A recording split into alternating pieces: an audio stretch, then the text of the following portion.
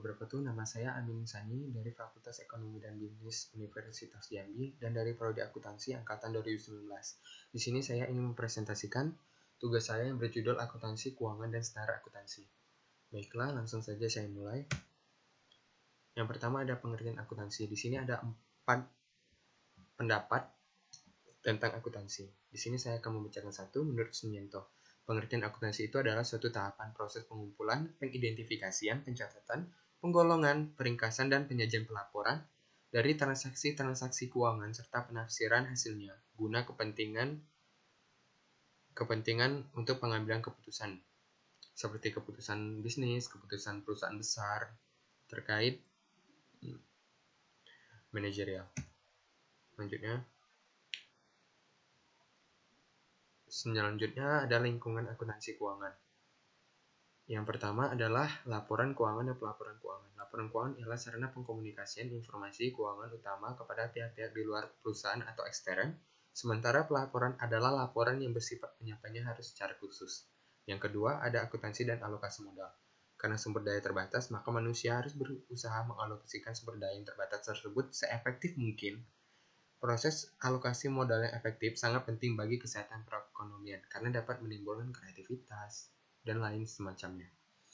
Lalu ada tujuan pelaporan keuangan. Di sini ada 3 poin, saya akan menjelaskan satu. Di sini untuk menyediakan informasi mengenai sumber daya perusahaan, klaim terhadap sumber daya tersebut dan perubahannya. Di sini maksudnya adalah kita dapat mengetahui perkembangan dari perusahaan tersebut. Lalu yang keempat adalah kebutuhan untuk membuat standar. Seperangkat standar dan prosedur umum pelaporan keuangan biasa dinamakan prinsip-prinsip akuntansi yang bisa diterima secara umum. Selanjutnya adalah tantangan-tantangan yang dihadapi akuntansi keuangan.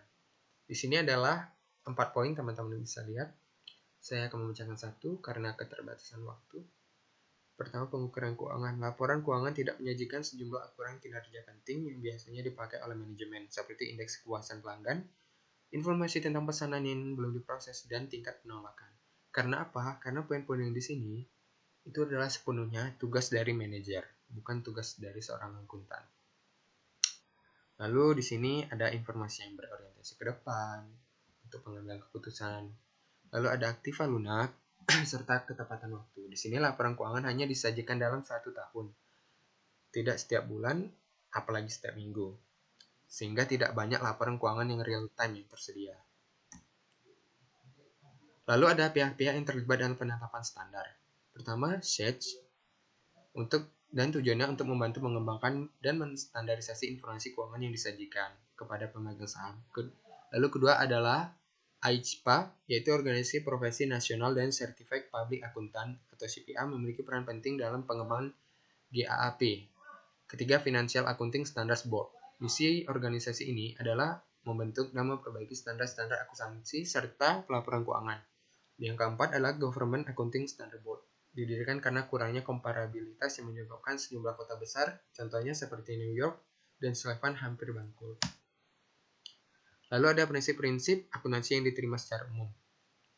Di sini kita bisa lihat yang menyusun sebuah standar hierarki prinsip-prinsip akuntansi yang diterima umum, yang mendefinisikan arti dari prinsip-prinsip akuntansi yang diterima umum.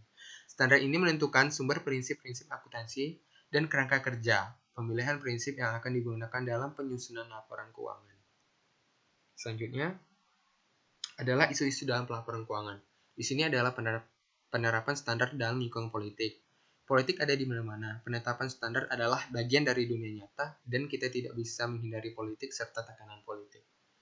Lalu ada kesenjangan ekspektasi. Kesenjangan ini merupakan apa yang menurut publik harus dilakukan dan apa yang menurut akuntan bisa mereka lakukan itu sulit dihilangkan karena perbedaan itu sangat kentara.